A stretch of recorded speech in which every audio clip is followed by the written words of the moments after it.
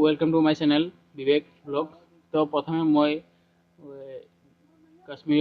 জম্মু কাশ্মীৰৰ সিহঁতে আৰ্মিবিলাকক মৰাৰ কাৰণে মই সিহঁতক প্ৰথমে শ্ৰদ্ধাঞ্জলি কৰিলোঁ। সিহঁতক মই প্ৰথমে চেলিউট কৰিলোঁ। সিহঁতেতো আমাৰ কাৰণে মৰিছে। প্ৰথমে আমি ক'ব গৈছোঁ সিহঁতে কাৰ কাৰণে মৰিছে, সিহঁতে আমাৰ কাৰণে মৰিছে। সিহঁতে নিজৰ ঘৰ বাৰী এৰি আমাৰ কাৰণে বৰ্ডাৰত ফাইট কৰে। তেনেহ'লে সিহঁতে আপোনালোকে ভাবিছে নেকি ফিউচাৰত কি হ'ব?